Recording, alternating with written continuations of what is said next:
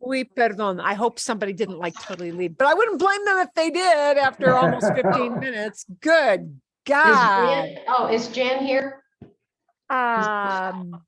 Sí. Yeah. Yes, I just wrote you. Hola, I just Jan. wrote you. Okay. Perdón. I am so sorry. So, Jan, you must have emailed some folks. I have no idea what went wrong with that. And actually, I have my email turned on too, and I wasn't even seeing some of your update. Wow, maybe it is on my end. Maybe there's some lag with my. Well, I think we have the usuals on. The simple answer here, Marilyn, is even if you don't use their service, just blame Cox. I know that's your fave. Yeah. Es tu favorito. I should. Okay. They gave me a chance to finish that video again. You know what? I got like no clue what went wrong, but I am very aware if I don't totally turn off the other Zoom, it'll give you that message, but it was totally turned off. I don't know. Go Try not to take it away. Trish, I'm really glad though, because I finally thought, I'll check my emails and see if somebody's yeah, I'm sitting there with the camera and I'm like, something's not working. Yeah. Or else those high holidays are going way more days than I thought they were. Okay. Bien. I have good memories of that. My daughter had a music teacher in elementary school who made latkes for the kids during that. God bless her. What a lovely thing to do for, oh my gosh. And she did this for over 100 kids. She's got more. She was more good-hearted than I would be. Okay, vamos a empezar. Tuvimos problemas con Zoom y ahí no entiendo nada de esto. Okay, I don't understand why that happened, pero vamos a practicar, lo siento. And sí, Nora, you had a chance to look at some things again. Okay. Bien. We're going to open with a little video because it is a nice opener. It is a relaxing, you'll be able to understand most stuff, except for a couple of words, but we'll come back to those couple of words. There are a couple of words that maybe are not in your vocabulary box. I wouldn't expect them to be.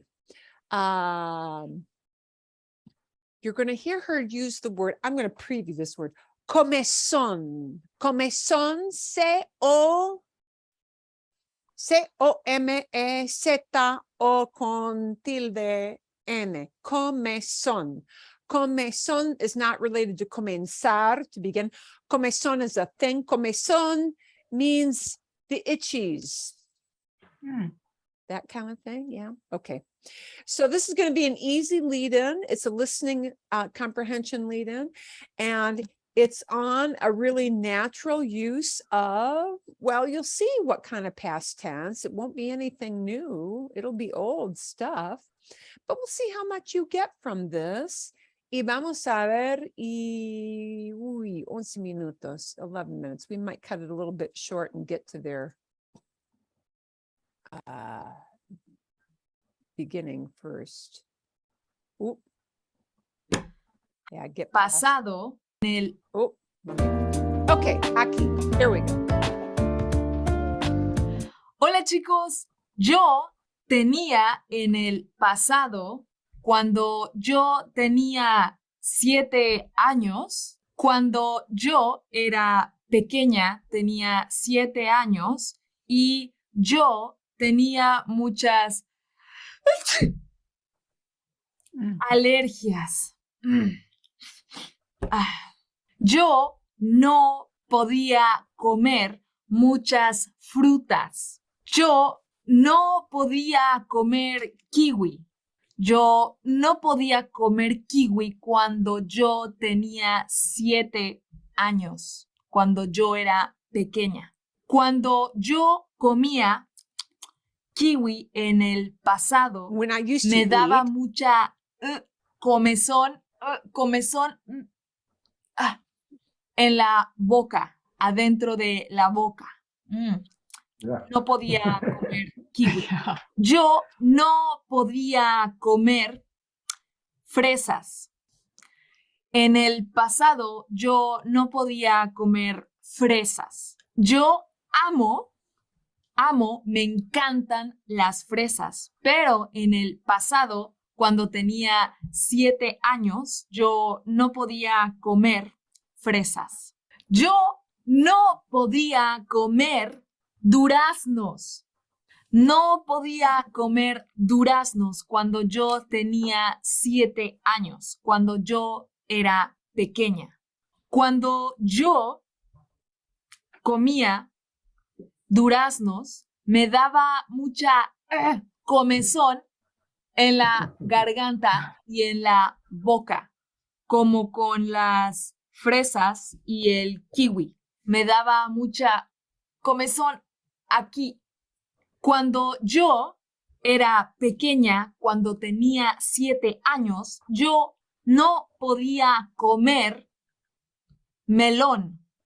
No melón. podía comer melón naranja. Melón naranja.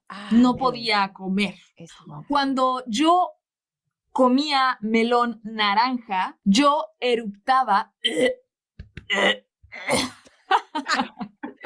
todo el día.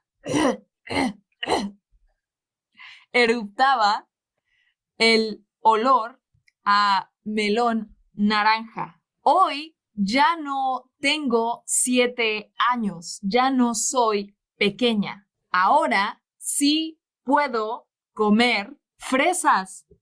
¡Woo! Puedo comer fresas. Sí. Pero ahora yo no puedo comer cosas, alimentos, comida que tengan gluten. No puedo comer cosas con gluten.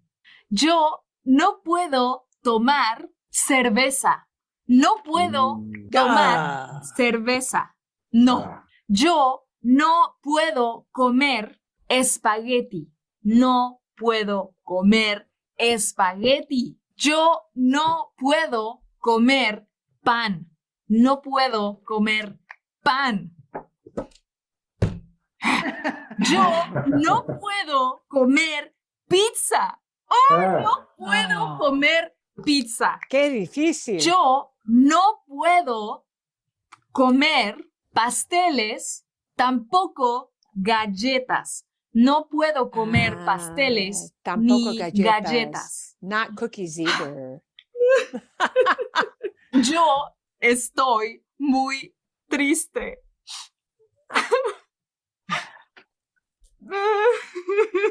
No puedo comer nada de esto. No puedo comer esto. No puedo. Si yo como esto, mi estómago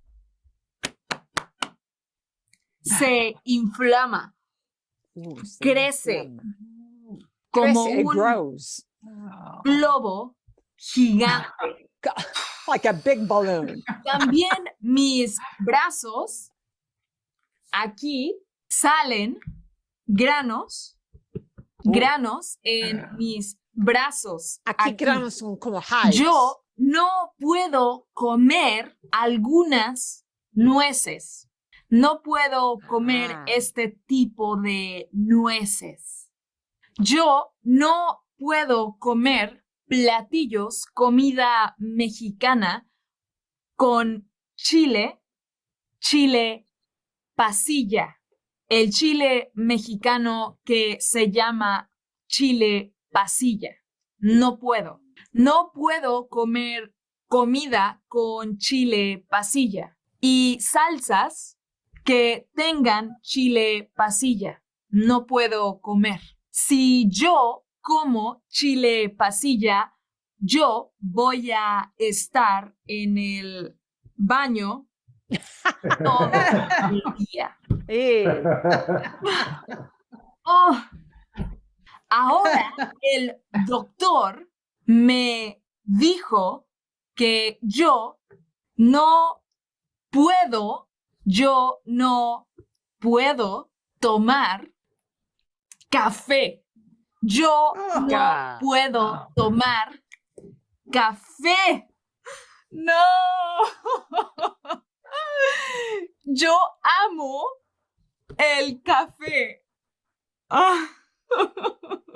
Y también el doctor me dijo que yo no puedo comer chocolate. Él Ah, me dijo a mí Hay que cafeína, yo ¿no? no puedo comer chocolate.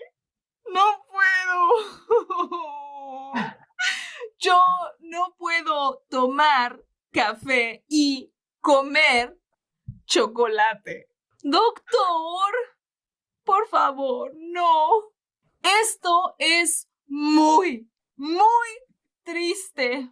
Yo tomaba café y comía chocolate todos los días.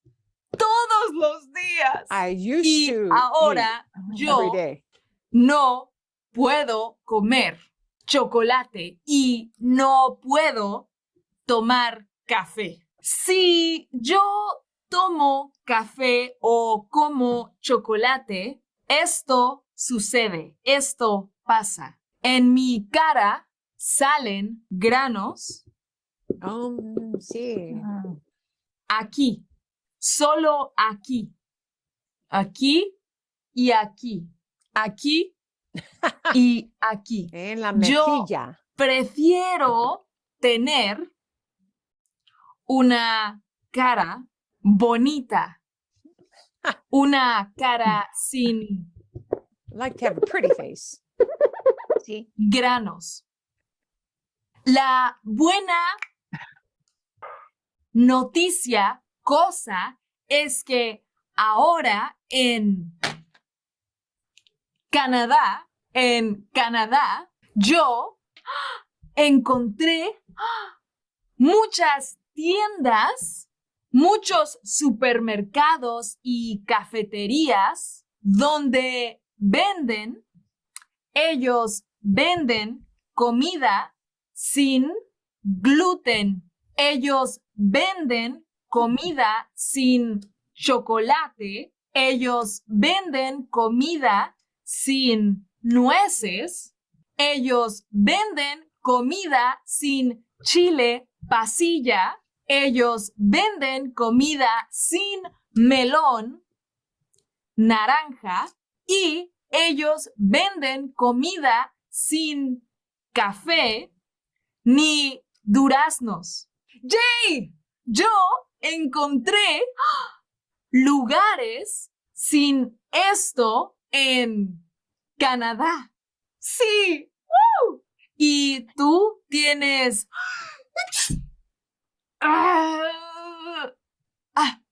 alergias como yo? Doctor, yo quiero chocolate, yo quiero mi café. Yo espero que tú no tengas alergias. Chao, chao. Ok. Eso sí. Qué precioso, ¿no? How cute. Bueno, y ahora ustedes pueden escuchar que lo fácil que es hablar en el pasado, en el presente, ¿sí? Una combinación del presente, del pasado, es muy común, ¿no? ¿Entendieron ustedes la palabra comezón? Son, itching, ¿sí? Grano, she used a couple different ways.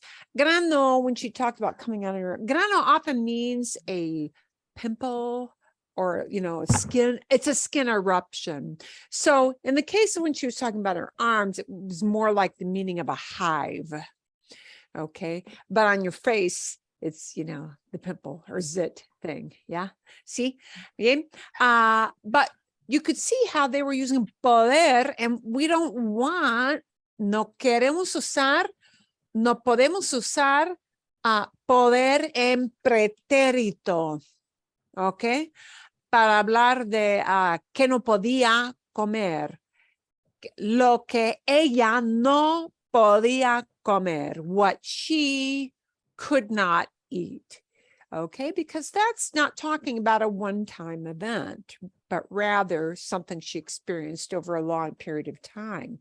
So podía made a lot more sense. Y ella nos dijo cuando tenía 7 años, ¿verdad? Sí, yeah.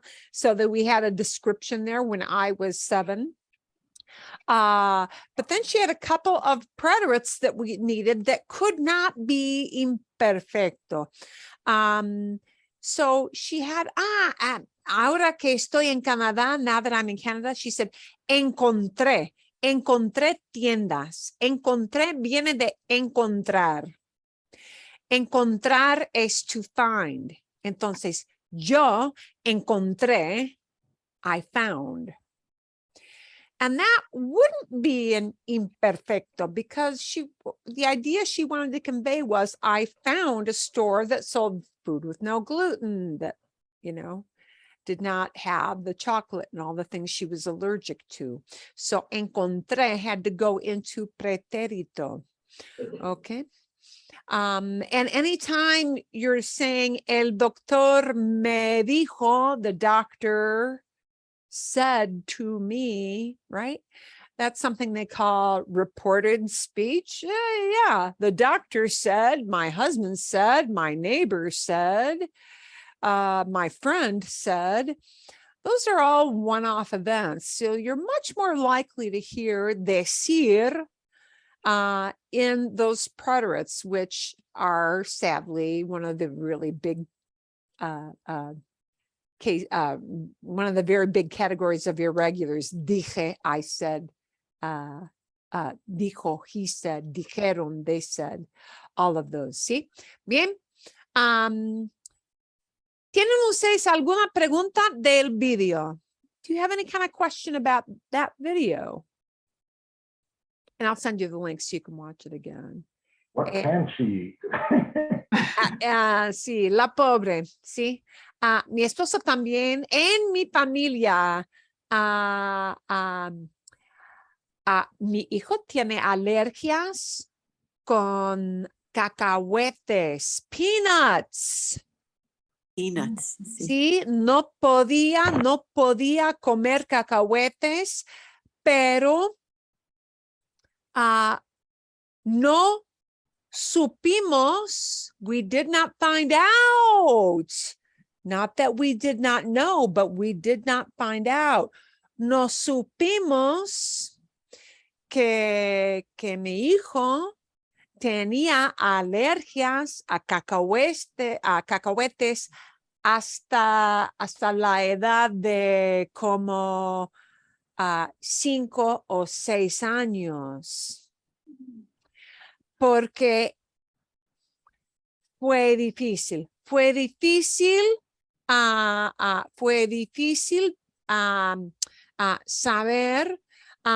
fue difícil saber cuáles eran las comidas que causaron, ¿sí? Las reacciones que causaban las reacciones. Una vez, otra vez, ¿sí? Es difícil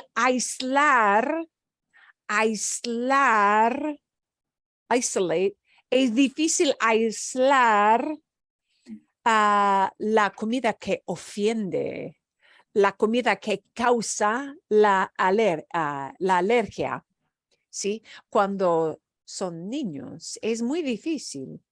Y hay cacahuetes en muchos productos, ¿sí? Helados, muchos helados tienen cacahuete, aceite de cacahuete, peanut oil. Hay dulces, caramelos que tienen, como jelly beans, tienen aceite de cacahuete, ¿sí? Cada vez que tomaba un jelly bean, ¿sí? Ese tipo de caramelo, de dulce, ¿sí? vomitaba, vomitaba, vomitaba. ¿Y por qué? ¿Por qué está vomitando? No sabíamos. We did not know. But I can say no sabíamos. We did not know because that happened over and over. Pero no supimos. We did not find out hasta que, until something else happened. Okay, bien? Okay. Saying peanut oil, that was really pretty. Aceite, I don't know. It had a nice little flow to it. Aceite de cacahuete. Sí. Ok. Cacahuete, sí. También se dice maní. Some people use maní for peanut, sí. Mantequilla de maní. Eso así. It's one of those food words that has more than one name. Ok. A ver.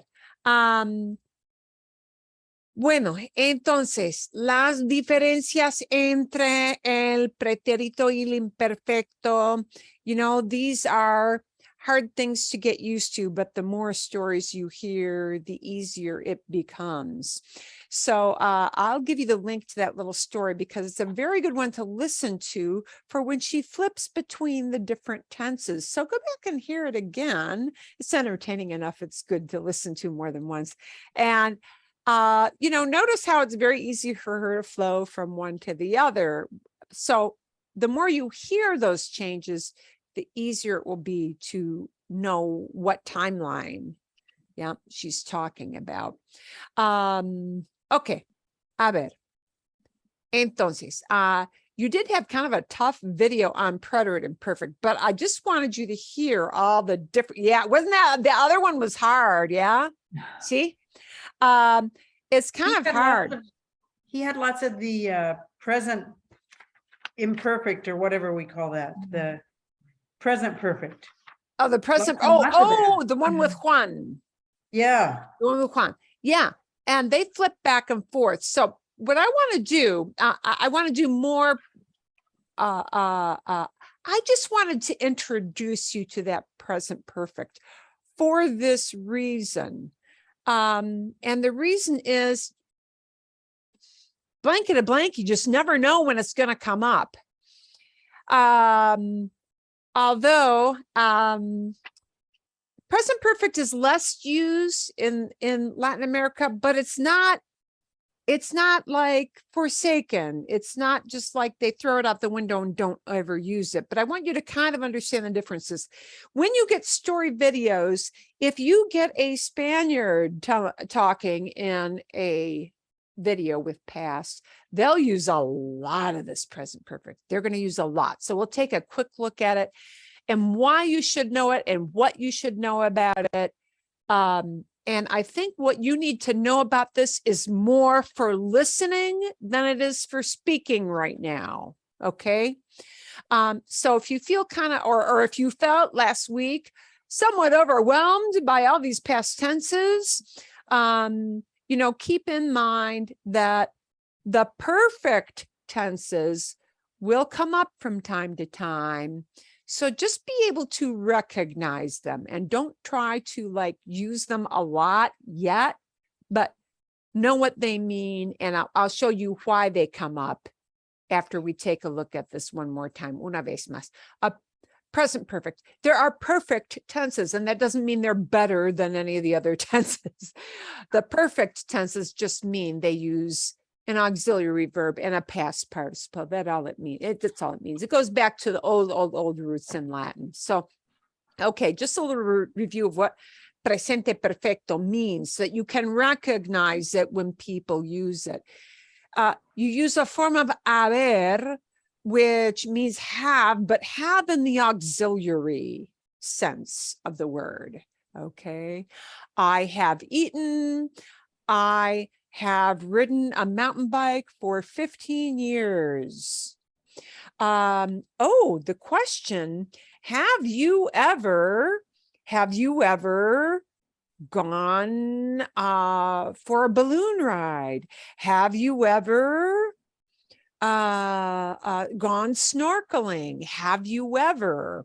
The have you ever question, which is phrased as alguna vez, at any time, have you done this, we'll use this tense. So we'll take a look at that maybe next week, just as a tiny bit of practice, but not heavy duty practice. But it is good for you to recognize it. So the forms of haber would be yo he, tú has, él or ella o usted ha, nosotros hemos, vosotros habéis, ellos, ellas, ustedes han, and we combine it. That's why it's a compound tense. Perfect tenses are compound. They have to have two verbs working together, okay? And that's where we get the idea of the compound tenses. Together with this has, hemos, habéis, han, helping verb or auxiliary verb that you probably have in 4th grade and totally forgot about because, yeah, why? We use the past participle, which in English sometimes means ed, but we have a lot of weird exceptions in English, like eaten, swum, because we don't say swimmed. I have swum. Wow, that's even kind of weird. I have drunk. Kids didn't like that. They say, oh, why don't we say I have drinked? Well, it's not quite right. Yeah. But it's the past participle. And the past participle is the part that never changes, because all it is ado for AR verbs or ido, IDO for ER and IR verbs. Okay. And this is why in some, there are some camps of Spanish teachers who say, wow, this is a way easier past tense to learn because all you're conjugating is haber. And if you know how to conjugate haber, you can say this past tense because the past participle doesn't change for yo or tú or nosotros. It's always the same thing. He comido, he hablado, he vivido, he comprado, hemos entendido, we have understood. Ustedes han asistido, mis amigos han viajado, ¿has leído esta novela? Have you read this novel? And just ido by itself for ir. Okay, so the participle doesn't have to change. All you have to do is memorize these little shorty words to use it. Okay. Vale, momentito. So let's come back to this for in a minute. En un minuto. I was trying to find some good resources. Why is it important to know this? Spaniards use this a lot. I had to kind of find a good source. There weren't really a whole lot of videos that address it. Well, not really, none. Well, some, but they were like long and tedious. Okay, so here's the short story. In Spain, when the time frame is close, it is closed, or when it's close, when it happened not too long ago,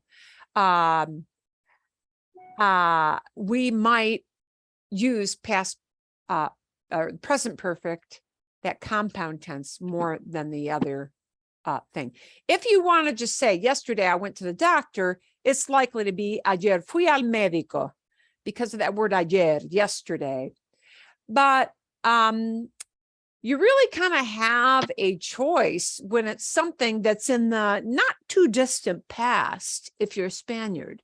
Okay, this morning I went to the doctor could be esta mañana fui al médico. In Latin America, it will be esta mañana fui al médico. But in Spain, it's likely to be today I went to the doctor, or esta mañana he ido, I have gone al médico. All right, here's the little explanation. There are two of them, so we're going to take a quick look. Tengo que engrandecer esto. Okay. In Spain, we don't ever say, today I went to the doctor, because today is still an open time frame. Today is not over. Otherwise, it is yesterday. And our preference for one or the other is the time frame. Okay.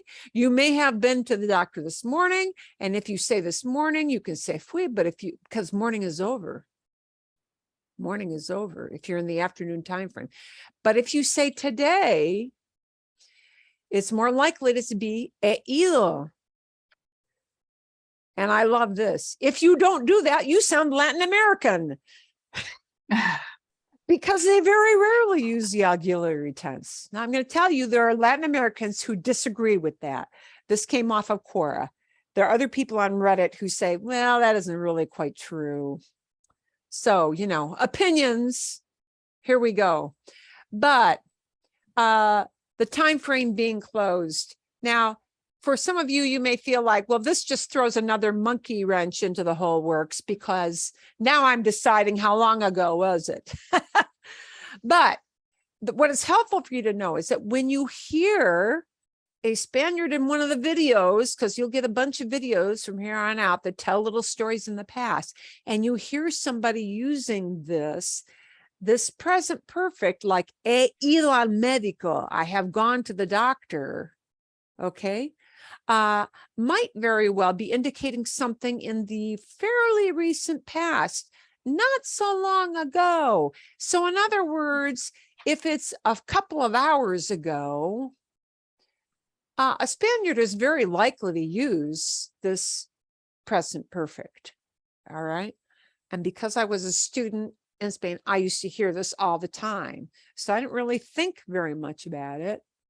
But Latin Americans use it less, but they do use it. So, okay.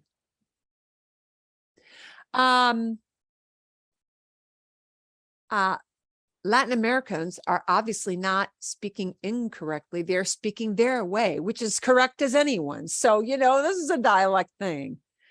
But they do have a less equal split between the tenses, and they rarely use the compound one, while in Spain, it is substantially more common. Okay, not all compound past, like in, not all compound past like in French. Oh yeah, because French, of course, uses this kind of thing too. All right, so there's that, and this is also helpful from some Reddit people. Some regions may skip the present perfect, but it's a dialectal thing. It's a dialect thing. We use it both every day, and they mean different things, not interchangeable. Okay. All right. Let's take a quick look again and with some examples, because this does help a little bit. In Spain, if you talk without using these, it sounds weird. So Spaniards expect to hear this, but Latin Americans care less.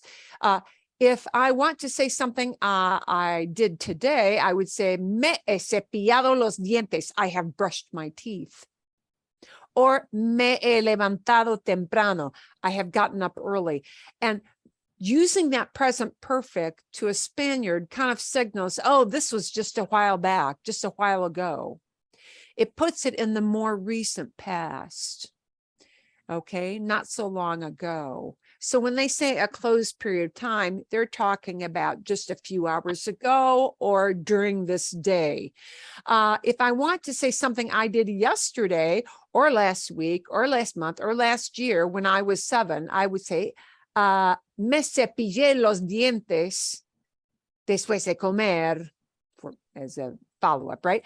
I brushed my teeth after eating, or me levanté temprano. So in other words, if a Spaniard means this didn't happen today, it happened yesterday, they're likely to flip into preterito. But if it happened today, they're likely to use this present perfect. So keep in mind that when you hear stories in the past and you hear these structures, it may be a Spaniard, and actually, I even found one that was not a Spaniard, but a Latin American, a Mexican who used it. And so you can't say Latin Americans never use it, but they sprinkle less of it into their speech of the past. Okay, and another example: me cepillé los dientes some time ago. yesterday, last year, we don't know, but it was a while ago. Me cepillé, pretérito, preterite. But me cepillado los dientes, it's some minutes ago, some hours ago, so more recent past. Okay. And that is what, oh, and interesting, this came from Canary Islands, which is closely related to Spain. But okay, it depends on the country or region of a country. In South Spain, for example, some people use me cepillado in order to say that the thing occurred some days ago. So there's a lot of flippy floppy, you know, that goes on with that. But just know you may hear it sprinkled about. So I would say don't force yourself to use a lot of it. We'll use a tiny bit of it next week, but I have something very focused to use it that will make sense. So the other thing to know about this is that even though the you only have to know how to conjugate haber, right? Has, hemos, habéis, han. You have these oddball participles. Like we have oddball participles like drunk, swum, eaten, seen. Nobody says, I have seen that program, right? It has to be, I have seen. Okay. And Spanish is going to have a lot of irregular past participles. And that means they don't use ado either. They don't follow that rule of take off the AR, put on ado. Take off the ER or IR, put on either. They are words that are just odd participles like visto. And this one you hear a whole lot. Visto, he visto. Okay. And here's how you will practice it. And it's going to be very, this is the more focused practice. ¿Has visto, alguna vez has visto la serie Game of Thrones? Have you ever seen? Okay, so that is something that you're likely to hear this present perfect in. Alguna vez, at some time, alguna vez has visto, okay? Dicho is what we use for decir, to say said. He dicho, no he dicho nada. Wow, I haven't said anything. Okay. Abierto. We don't take the IR off of abrir and add an ido. Abierto, opened. Hacer turns into hecho, done or made, because hacer means to make or to do. Vuelto, returned or come back. And it's also used in a special phrase to say to have done something again, but don't worry about that yet. Escrito, written, and you will hear that a lot. Escrito, written. Roto, broken. Puesto is what we use for poner. So for both poner and ponerse, puesto. And morir, and you'll hear this a lot too, muerto. Muerto, died. El pobre ha muerto. The poor man has died. Okay. So muerto is a word that you do hear a lot. Out of all these words, I would say the ones you hear a lot are muerto, roto, abierto. You see that on signs, right? The open and closed signs. Visto, dicho. It's hard to predict. You'll hear them when people want to say it. So here's an example of the seen thing.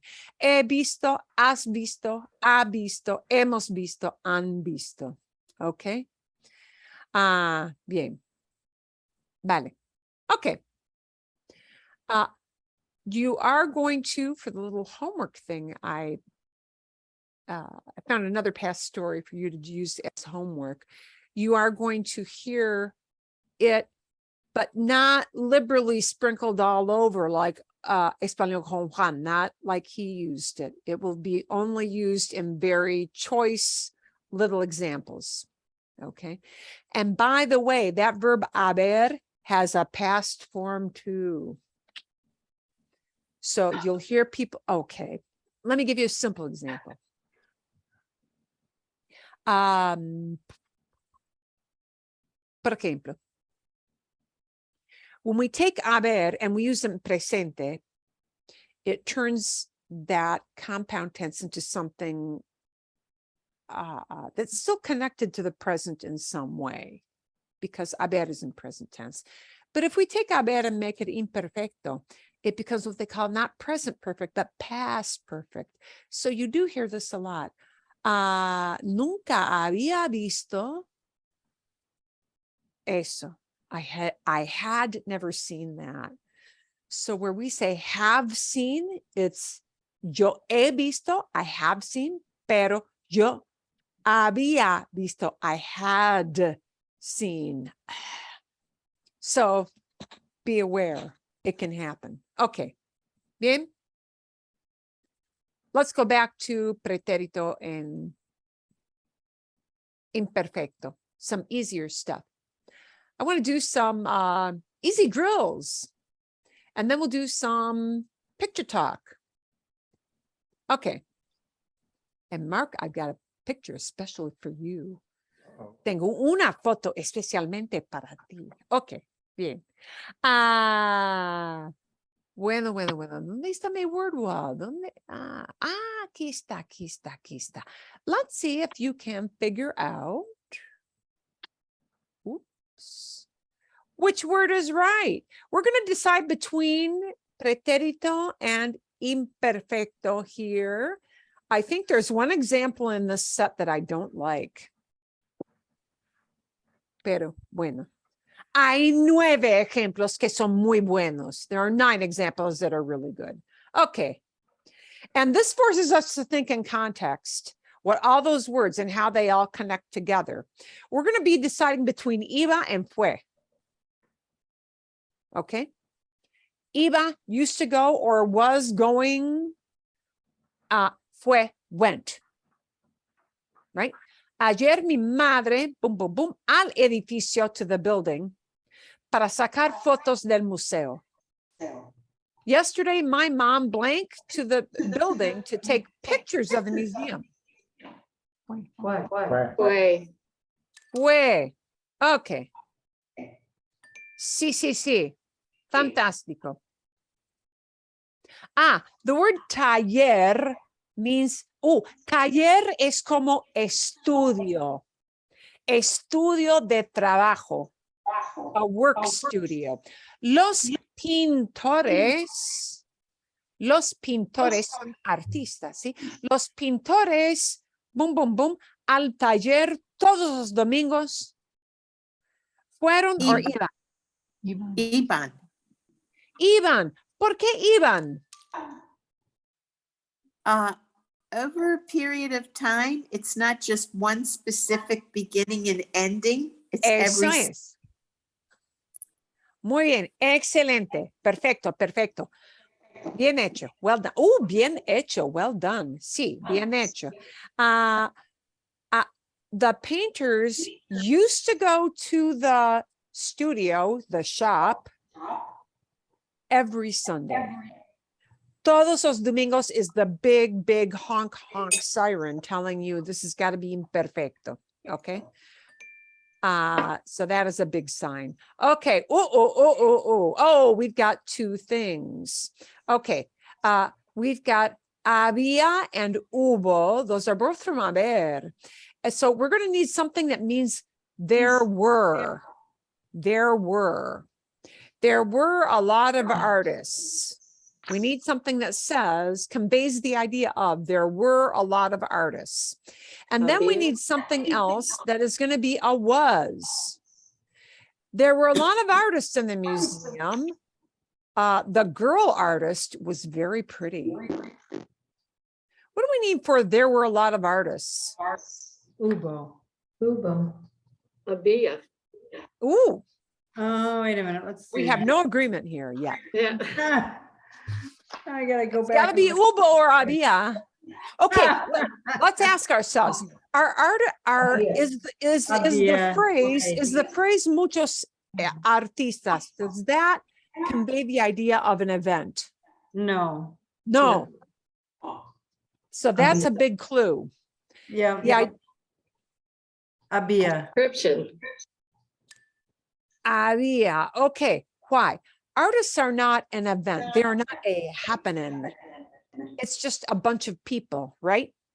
So if I'm saying there were artists, there were a lot of artists, I'm just describing what kind of people were there. I can't put that in a neat box of, well, they walked in at this time and they left. Oh, they were just there. They just existed. Yeah. And this does not convey an event like fiesta, party is an event. Like reunión, meeting is an event. Like accidente conveys the idea of an event. Artistas does not convey the idea of an event. So we need había, we're describing. Había muchos artistas en el museo. Oh, that girl artist, she was pretty. We need either fue or era. Era. Era. It's description. You've said. Description. Bonita. Yeah, that one is easier to tell. Just know that había is way more common than hubo. Because quite often when we're talking about things, we're just describing what's around. Okay, that's not like, I can't give you a percentage, but I can tell you a pretty high probability we're using description. I get confused with the irregular of Ubo. Oh, the irregular of hubo. That kind Hubo, of, you know, I was looking for something else there and it Yeah. threw me a loop for a little so, bit. you know, hubo you'll hear for things like, hubo un accidente en la autopista. There was an accident on the highway. Like, por ejemplo, hubo un incendio en la fábrica. There was a fire at the factory. Hubo una boda en la recepción. There was a wedding at the reception hall because, a wedding is an event. It's a happening. Yeah. And artists don't happen. They're just people. Yeah. So when I'm describing things that are not events, the percentage of using había goes way, way, way up, you know, like to 80–90%. Okay. Marilyn, question on that last one. Sí, sí. Sí. Why not habían muchos? Oh, artistas? qué buena pregunta. Okay. That oddly, it's the same verb that haber, that perfect compound tense comes from. However, the perfect compound tense looks to a human being.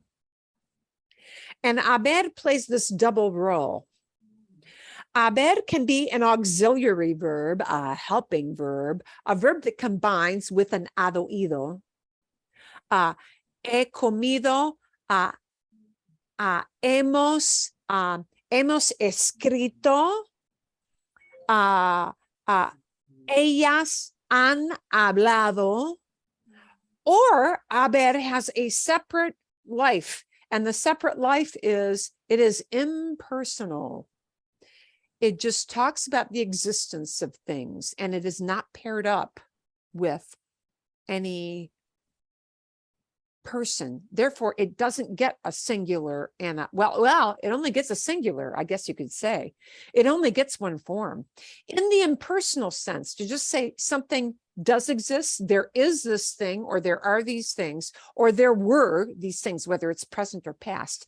Haber in this case only functions in the impersonal. And that means just like you only use I, por ejemplo, hay varios papeles aquí. There are various papers here. Or hay una noticia del supermercado. There's news from the, una noticia. I is always I. And therefore, in the past, había will always be había. Hubo will always be hubo. But interesting you bring this up. There are native speakers who sometimes mess up with that. That's like the ain't of English. Mm. Yeah. Nobody is supposed to say ain't, but you know exactly what somebody means when they say ain't. And even though it may be considered poor English, you understand it. Okay, so there are people who say things like habían es incorrecto. It's not correct, but you do hear people making mistakes with it who are native speakers. So, buena pregunta. Okay, but it's only había or hubo or presente hay. Boom, that's it. Okay. Okay. When I was 5, Tenía. tenía. Wow. And you know what? A lot of this should become a knee-jerk reaction thing. Anytime you talk about age, it's got to be tenía, right? Cuando tenía 5 años, siempre, I always played with blocks. It'll either be jugamos or jugaba. Jugaba. Jugaba in the first place. Yeah, we couldn't switch to nosotros verb, but jugaba, I used to play. So in inglés, diríamos, in English, we would say, when I was 5 years old, I always played with blocks, or I always used to play with blocks, or I would always play with blocks. Those are the English words we would use to convey that idea. Okay, fantástico. A ver, oh, this is the bad example. I don't like this example at all. Mientras is fine, but I think this is confusing. We're going to skip it altogether. It's confusing in many ways. I'll explain it later. No vale la pena, not worth the effort. Okay, let's look at this one. Oh, we've got a wanted. Either quise or quería. Ser una profesora de niña. As a little kid, the de niña thing means as a little kid. As a little kid, I wanted. Quería. Quería. Right. Okay. As a little kid, I wanted to be a teacher. That's not an event. It's just the way I felt. And I don't know when you started feeling that way, de niña, as a kid, or if it ever ended or when it ended. I don't have, see, I have no clearly drawn timeline, except that it was a long time ago when I was a kid. Is there even a form that quise? Wouldn't it have a? Yeah, quise is very specific. Whenever you can take this as a hard and fast rule for speaking. If you mean I wanted something or I wanted to do something, use quería. Boom, that's it. Don't even question it. Quise is really specific. Preterite tense conveys specific ending ideas or ideas that ended. So, por ejemplo, I'll give you an example. Quise changes is one of the odd verbs that often changes its meaning in preterito. Quise quise preparar un quiche, pero era fatal. I tried to make a quiche, but it was lousy. Okay. Quise preparar. I tried. Okay. Or here's how you hear it more frequently as a negative. And as a negative, it really changes meaning. It doesn't mean, if you want to say, I didn't want to be a teacher, it would be, no quería ser. Yo no quería ser profesora. Right? Wanted to be a teacher, didn't want to be a teacher. Still quería, whether it's quería or no quería. But if I turn it into no quise, it means refused. Refused. How? I don't know why that happens, but it does. So querer means in the negative use with preterite, refused. And that's not what you mean. You want to say like didn't want. So if you didn't want to be a teacher, or you didn't want to be a fireman, or you didn't want to be a policeman, it's no quería ser. Boom, end of story, right? You're not going to hear that quise very much. Pero, por ejemplo, mi Mi esposo no quiso comprar un carro, no quiso comprar un carro de Chevy or de Chevrolet. My husband refused to buy a Chevrolet. Mi esposo no quiso comprar un carro de marca Chevrolet. So it's really specific in preterite, and you'll hear it less because we say it less. Okay, Okay. a ver. The participants signed up for the race. Carrera can mean career, but here it means a race. The participants signed up for a race last year. Say it. Last summer, perdón. Last summer. Se inscribían, se inscribieron. Se escribieron. Se inscribieron. And we've got a great big el verano pasado. We've got a timestamp clue. Last summer. El verano pasado. Okay, bien. You would not be likely to hear se han inscrito. You wouldn't hear compound tense here because verano pasado, last summer, is a ways back. Yeah. It's not like saying this morning. It's a long time ago. We need preterito, whether you're Spain or Latin America on that one. We need either estuvieron or estaban to say was or were. I'm sorry. Here it means were. Mis amigos, tristes. Esteban. Estaban. Estaban. Mis amigos estaban tristes. My friends were sad. Okay.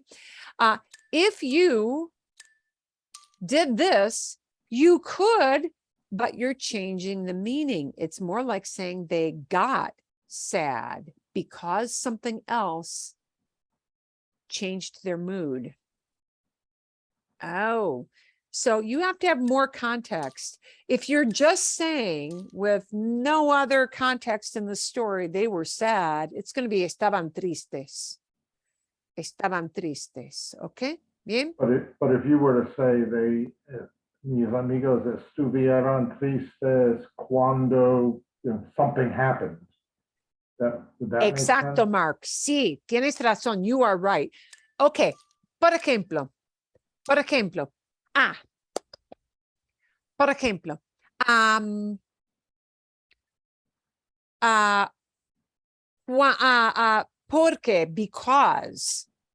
porque los padres les quitaron los chocolates because their parents took away their chocolates. Sí, mis amigos estuvieron tristes. My friends got all weepy about it. That is workable because we're saying this happened, something caused it. Something caused it, okay? But you're much more likely, the percentage of your likelihood of using estaban is way, way, way up there, right? Estaban tristes is generally just a description. When you usually say somebody was sad, you are more likely to say they were sad versus, oh, they got all down in the dumps. But if you mean they got all down in the dumps because of something else, and you have to give that something else to make that estuvieron work, okay? Because otherwise it's just a description. But if I give a reason, something that caused that to happen, then estuvieron can come in the picture. But I have to give the reason, okay? Because out of the blue, it'll just be a description. Estaban tristes, they were sad. And that's it. Okay. Bien. Bien. Okay. We've got two. So, beautiful. We need a was word. Fue or era? Fue or era? Era. The woman was beautiful. Era. Era. ¿Por qué? Why? It's a description. Description. Okay. That one's a slam dunk. Okay. When we're describing a thing or a human being in the past, it's going to be era. It's not likely to be fue. That would sound weird. Okay. She lived in the palace. Ooh, do I have a timeline tag to that? No. No. So we're looking at either vivió or vivía. What do you think is more likely? Vivía. Yeah.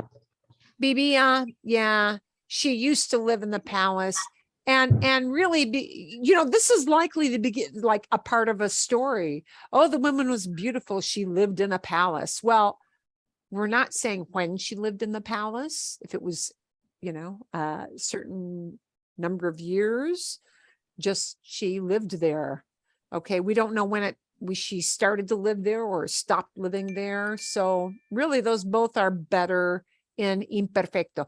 Okay. We've got something connecting to taco. Well, comer connects to taco. It's either comía or comí. Ooh, we might not have enough information.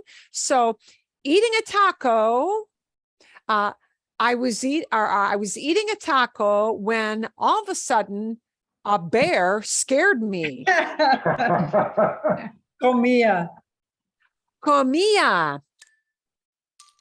Comía un taco cuando de repente un oso either asustó or asustada. Asustó. Asustó. Okay. Here is a classic example of background action. I was eating a taco for a while. I was eating a taco, minding my own business. Oh, think of it as I was doing this, minding my own business. And de repente, there is our interrupting signal word or signal phrase. De repente means all of a sudden or suddenly. Okay. So we have eat going on, and boom, in the middle of eating, here comes up Mr. Bear. Me asustó. He scared me. And hopefully he didn't scare me and scare me again 2 minutes later and scare me again. That's not right. Oh God, I hope that's not repeated, but boom, it happened, right? And me asustó, scared me. And the me isn't doing the action. The oso is doing the asustó. Yeah. The oso is doing the scared part of it, but the person he scared was me. I received the fright.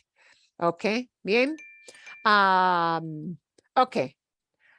Nada de eso. And if you choose to try that again on your own, you're going to see why the other example was bad. I'm not even going to explain it. It's not worth going into. Okay. Bien. Okay. Un poquito mejor, a little better? Un poquito mejor? Okay. Let's do a little conversation. Ooh. Let's just talk about these pictures, and I'm going to make sure I get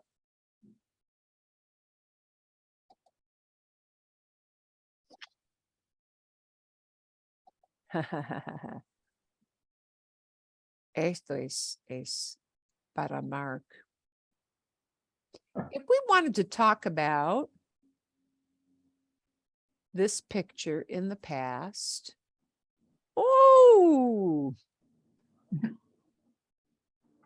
there are many things we could say about this picture, believe it or not.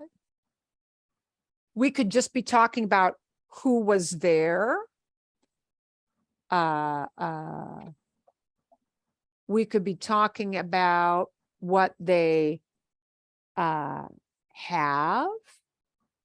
on their hand. We could be talking about what they were wearing. We could be talking about what these guys are doing here or what they did here.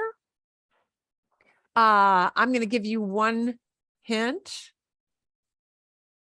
If we wanted to say catch, por ejemplo, or grab, at that point, that's a mad grab, isn't it? Yeah. That's a grab situation. Agarrar means to grab, to snap something up, Or you could say atrapar for catch, which looks like trap. And it, yeah, when you catch something, you trap it. Yeah. So you could use either verb to talk about that. Okay. What might we say about that picture? And it can be anything. This can be wide open. Say it in Oh. English first. Say it in English first. The people are trying to catch a ball. Okay.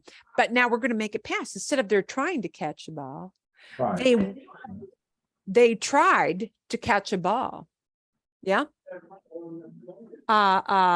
They tried to catch a ball. Okay. Uh-oh, we need the tried verb. And they're trying. They haven't done it yet. So that's a good one. Tratar.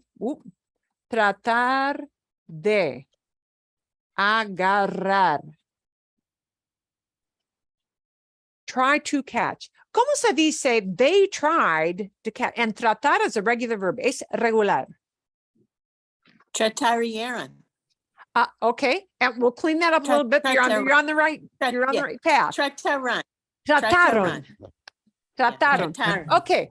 And it's more than one person who tried to do that. So you want to convey that. See, trataron de agarrar la pelota de béisbol. Perdón. Boot me out of my keyboard. De béisbol. O la pelota.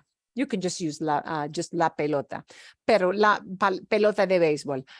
Trataron de agarrar la pelota de béisbol. Okay, vamos a engrandecer esto. We're going to make that bigger. ¿Sí? Trataron de agarrar la pelota de béisbol. ¿Sí? Okay. Vale. How about Muerto, they were excited. Or go ahead, Jan. No, you go ahead. I just wanted something easy. They were excited. They were excited. Is that a feeling? It is. So it has to be. Do we know when it started or when it ended? No. Probably not. It's a description. Okay. Here's the word for si estaban, correcto. Excited. Emocionados. Oh yeah, there we go. Estaban emocionados. Estaban muy emocionados. Estaban muy emocionados. Estaban casi locos. They were just about crazy. Right? Yeah. It's a frenzy, isn't it? Right? See? Okay. Estaban muy emocionados. Bien. Okay. If we took just agarrar, we could make it agarraron la pelota. Bien. They grabbed the ball. Okay. But tratar is probably better because they're trying there. Yeah. Why do we now you know ¿por qué pretérito? Why probably preterite? A better idea here.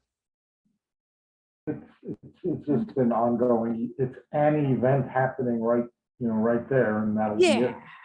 Yeah. See, Although, many people, well, never mind. well, Leave it at that. now you could express that as trataban de agarrar la pelota. They were trying to catch the ball. When, I don't know what else might be going on. See, oh, here's a better idea. We are going to do it. Let's get an idea of something going on for a long time and then tried to catch the ball. Because that idea of tried to catch the ball is really a moment in time. Yeah. They were eating their hot dog. Oh, yeah. They were eating their hot dogs. I had a different idea, but we're going to go with that. Comían Comían sus perros calientes. Cuando trataron de agarrar la pelota de béisbol. They were eating and all of a sudden, uh-oh, I better do this, right? And that's it. And the uh-oh, I better do this with my mitt, that is the interrupting event, isn't it? The interrupting event is always preterito. But here's what they were doing before they went for the grab. And maybe while they're going for the grab, and they're still going to keep on doing that once the grab is done. Yeah.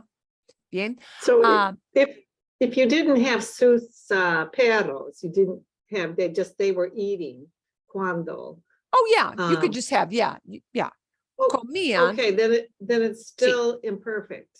Oh, yeah, they were eating because they could have been eating peanuts. They it's could have been description. eating nachos. They could have been eating whatever. Yeah. Okay, They were eating because that started before the grab, before that happened before the fly ball. okay. Yeah. The Okay. description of what was happening. Okay. We could just as easily change comían to something like this. Gritaban. Gritaban. They were yelling. They were yelling when, yeah, but the yelling isn't and now over with. Yelling goes on for a long time at a game, right? It's what they were doing before the fly ball was hit, while the fly ball was hit, and while they're trying to go for the fly ball. ¿Entienden? Understand? Sí? Right. Sí. Okay. Este partido marcó agarró el béisbol. En este partido, Marco Marco agarró agarró, sí. Marco agarró el béisbol, la pelota de béisbol. Sí, eso es. Okay.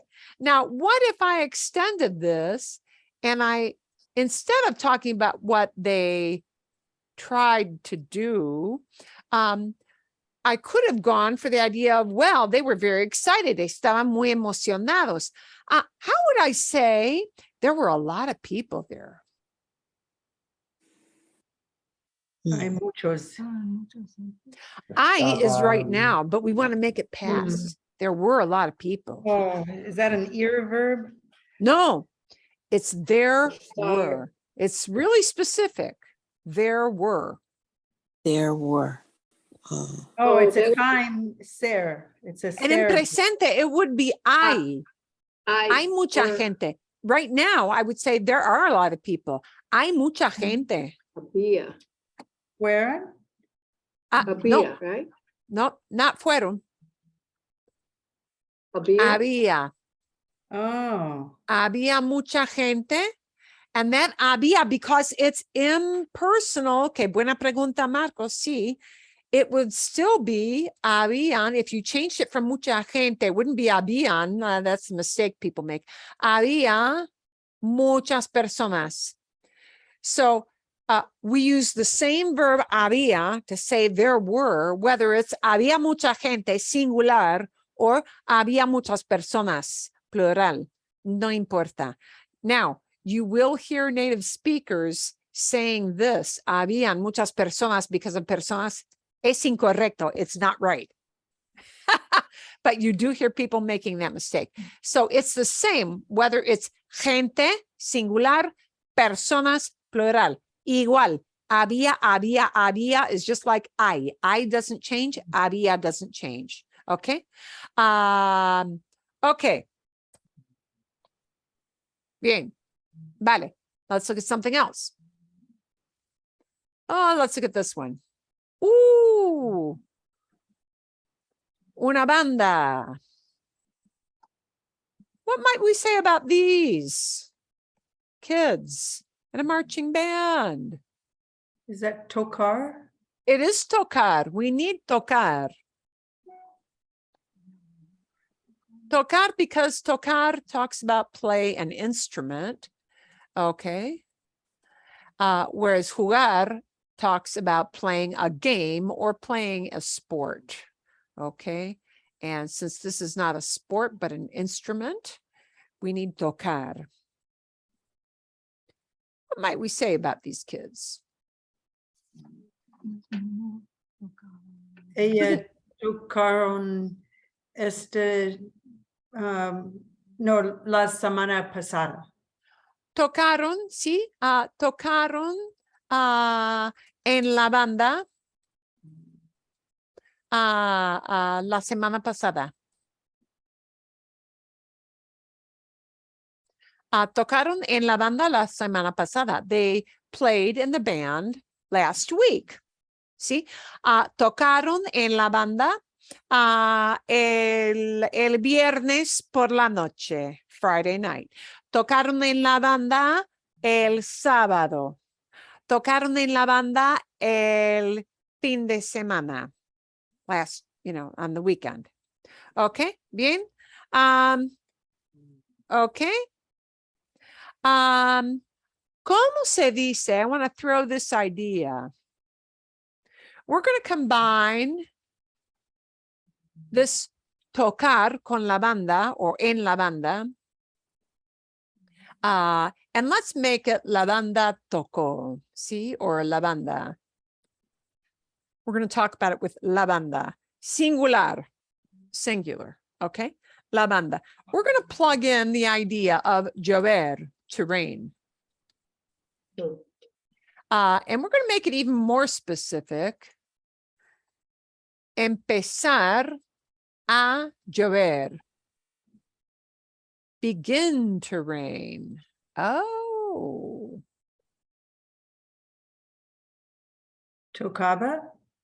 La banda tocaba. Bien. Cuando empieza, let's see, Because- empiezo. Okay. Almost. It Oh. doesn't get a stem change because it's preterite. Oh, that's right. Empezó Empezó. a llover. What do I do with that? Wait a minute. What do I do with that? Empezar. Ooh, what do I do with that? Empecé would mean I began. I can't rain. Yeah. In this case, I could say, empecé a hablar. I started to talk because I can talk, but I can't rain. So when we're talking about a weather thing, right, it's got to be a singular because the sky, started to rain. La banda tocaba cuando empezó a llover. Okay, bien. So we need tocaba. Oop, empezó a llover. There's an interrupting event. Okay. Let's look at two actions like we had tocaba and empezó a llover, but let's look at two different events. Let's look at they were walking down the street and playing. Okay. And we're going to connect them with this word mientras, which means while. This is really specific. It's quite specific. So we're going to separate it from that other idea. We're going to talk about while the kids were walking in the street, they were playing. Does one thing interrupt the other, or are they both going on at the same time if I use the word mientras? Same time. You already know that cuando interrupts. Yeah? When interrupts. But while. And think of it in English. While the kids were walking down the street, they were playing their instruments. You need to use the imperfecto on the first one. Okay. Walking, yeah. So let's take the walking part. Ellos caminaban en la calle mientras, while And then that one's probably going to be preterite. I'm thinking the other way around. I'm thinking. You're thinking the other way around. Okay. Yeah. Any other thoughts? When we use the word while, I've got this going on and they're both at the Yeah. same time. Imperfect. right. Mientras very specifically does not indicate an interruption. It says this is going on and simultaneously. Mientras indicates it is simultaneous. Therefore, one is not interrupting the other. Okay. Mientras tocaban. But my notes from way, way back, that was in my little list of words that need imperfect. Yeah. Mientras, yeah. So look, cuando always signals a boom, sudden interruption. Mhm. Mientras does not indicate an interruption because it says while. It's a Okay. description, right? Right. Yeah. So, right. In English, you might say they walked in the street and they played. Well, if they're separate events, you're creating a picture in somebody's mind. If I say, caminaron en la calle, which I could say, and notice, tocaron los instrumentos. I So they're could say, both imperfect. caminaron en la calle y tocaron los instrumentos. It's a sequence of events. Oh, they did this. Oh, they did this. And that word it's telling me just two separate events. Mm. But this word mientras is kind of golden and kind of special because it indicates boom, but it paints a different picture. It paints a picture of caminaron, or caminaban, tocaron, tocaban. They're happening at the same time. Okay, so while it uses usually both in imperfecto because one is not interrupting the other, right? They're happening at the same time. Okay. Okay. Bien. ¿Entienden? This takes a while to get a feel for it. But what somebody is using, so what I want you to listen for, is to get a feel. The more stories you hear and listen to, and the more it means you're going to get lots and lots of examples fed to you, and you're going to hear how naturally this paints a picture of something doing this in the past versus something doing this in the past. Okay, something that's limited in time, specific, versus it was happening. And the only way to really get a good feel for this is to hear these used in the context of a story or a picture, a visual, that kind of thing. That is what really helps you get the idea in your head. I will be, I've got two things I could use. I think we're going to use this one instead because this gives you more ideas. I'm going to give you a story to listen to for this week. And it's great because, and feel free, you can hit the pause button. He doesn't speak super slowly. He does, well, for me, he speaks super slowly. But if you feel like it's kind of fast, hit the pause button, He's going to talk about the history of chocolate, but you're going to notice how he sprinkles in different kinds of past tenses. I believe he's even got one example of a present perfect. I'm not 100% sure, but I'm pretty sure. So he'll have one of those, but most of it is going to be, he'll have some presente, he'll have some present, and he'll have imperfecto and preterito. He's going to have a real mix. So he's going to be painting a picture of something happened at a specific time versus what people used to do. Okay, what people used to do. And he's going to tell you the origin of chocolate. Que es interesante, which is really interesting.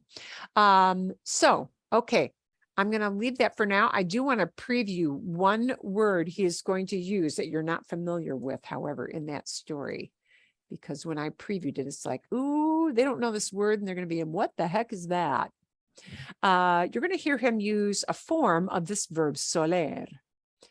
And soler, I can't even give you a definition. I have to show you how it's used. We don't really have an equivalent. Okay, but here's how you're going to hear it.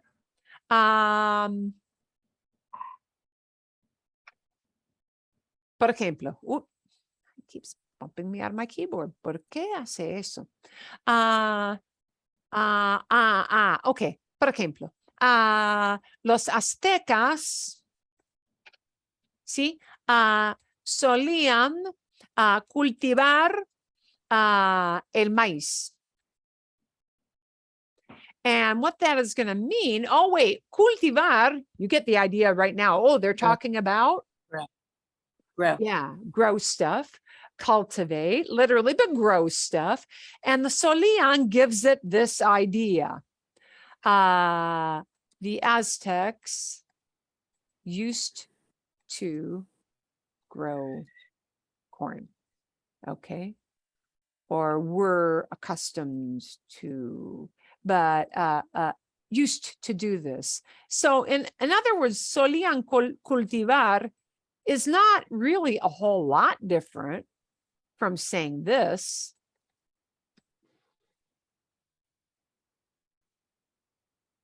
It's not a whole lot different from that idea. Los aztecas cultivaban el maíz, used to grow. Yeah, wow, why are they using two verbs to do that? Because soler carries the idea of someone habitually did whatever that second verb is. So solían cultivar, they used to, they were accustomed to doing this. They did this as a habit. Soler has a really lousy translation. I'm going to see if I can find a good translation for soler. Creo que no. But it's used as a two verb combo, like no puedo comer, like I can't eat. Okay, yeah, soler means usually. Usually, and usually is not a verb. I usually all the time. How about you? No, nobody uses usually as a verb. Nobody uses usually as a verb, but soler is a verb. That's why it's got a lousy. Okay, it means usually, normally, to be accustomed to tend to, or used to. So it indicates a habitual thing. And it's just a different way of saying cultivaban, putting that one verb by itself into imperfecto. So you're going to hear this verb solían, or it may be used as solía, I'm not sure, but it comes from that verb soler, just so you know. And soler does mean usually, but wow, that is not a verb. That is not a verb, yet it is used as such. Okay, so yeah, it's an oddball thing. It's an oddball thing. So don't get thrown when you hear solía or solían. It's going to indicate a habit. Okay, bien. ¿Alguna pregunta? Any question? No. Sí, no, sí, no, no. Okay, what I want you to think about is asking questions, and this is going to involve a little prep. This will be like going back to that compound test, but very briefly for that focused practice. Next week, we're going to do more with past. We're going to do more with pictures and figuring out if it's imperfecto or preterito. But I also want to take just a little bit of practice, maybe 15 minutes next week, to talk about, have you ever done something? ¿Alguna vez, por ejemplo, ¿Alguna vez has practicado snorkel? Have you ever practiced snorkeling? And I'll show you the example in the email. Yeah. And I will give you some examples of how you may hear a Latin American using that compound tense to say, have you ever done this? And we'll have some question prompts to practice that. Bien? And practice with how you would answer that. Okay? Okay, Bien? bien. Bien. Okay. Fantástico. Creo que eso es todo. I think that's about it. And I think we've kind of made up our 15 minutes we lost. Oh, yeah. Ay, qué perdón. Thank you. Disculpen. Please forgive me for that. I don't know what went wrong. Okay. De nada. Muy bien. Espero que tengan buen fin de semana. I hope you have a good weekend, even though we're hump day, right? See? But, Gracias. sí. Okay. Bien. Gracias. Hasta luego. Gracias. De Gracias. nada. Mariana, Gracias. pregunta o no. No, Mariana was just leaving. Okay. Hasta luego.